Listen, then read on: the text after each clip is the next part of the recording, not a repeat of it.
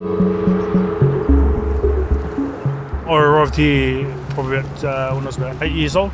I lived in a couple of homes around in Maraenui, shifted around with a few family, and then finally ended up in Lister Crest when I was about 9, 10 years old. Love the community, always been a part of it, so it's an interesting dynamic coming back here and I suppose being a cop. And this is our family home.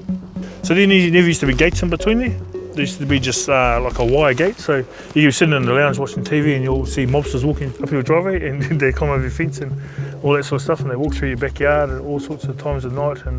But even back in those days, we never used to lock the door. It's a really good community. There's only a small percentage that lets this community down, and they're having a huge influence on the drugs and the synthetics in this area at the moment.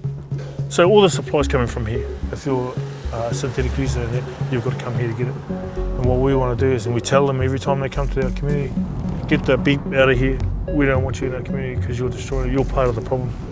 And they said, well, we're not supplying it, but you're buying it. If the trade is there, it's always going to be around.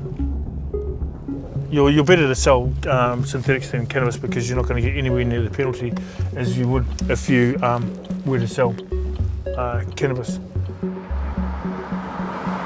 Maraenui is a kind of unique community.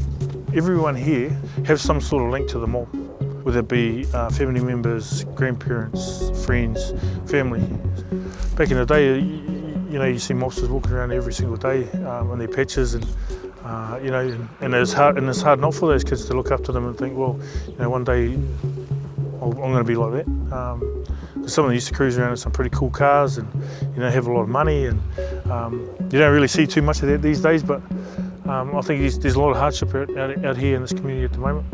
Synthetics and drugs and alcohol have a huge part to play in that.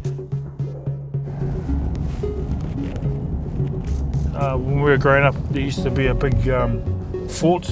I think it was parked right here, and it was all made out of old wood and stuff like that, and there was a congregation area for all the kids around Maraenui. A lot of families spend a lot of time here.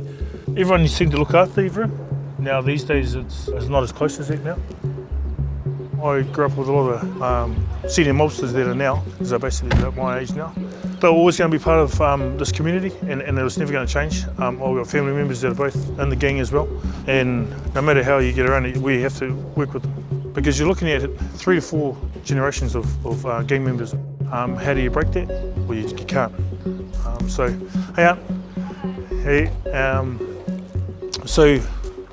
what do we have to do? We need to work with them, because there's no... Kia ora, kia ora. And that is probably a hard thing for us to do, because we're very sceptical about what the gangs are after, what they want. Because at the end of the day, they have a part to play in the drugs, the misery, the domestic violence.